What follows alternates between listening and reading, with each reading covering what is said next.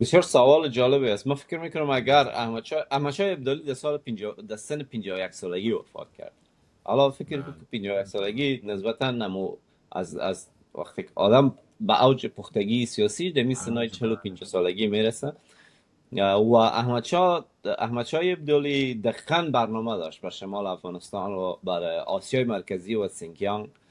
از حتی بعضی منابع روسی و بعضی منابع خارجی ایرا تایید کردن که احمد شاه در یک مدت زمان 158,000 عسکر آماده کرده بود برای مقابله با چینگ.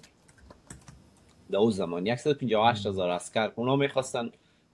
البته احمد شاه میخواست که با یک همکاری با کشورهای آسیای میانه که اون زمان خانات خوقند و این کشورها بودن، همچنان بخارا البته پسندتر ایجاد شد اما خوقند بود. میخواستن که یک با هم متحدانه دوباره سینکیانگ از زیر تصرف چینایی ها دور کنن، جدا کنن. اما یاری نکرد و احمد شاه در سال 73 فکر میکنم در آخر 73 با اثر سرطان چیز بود، سرطان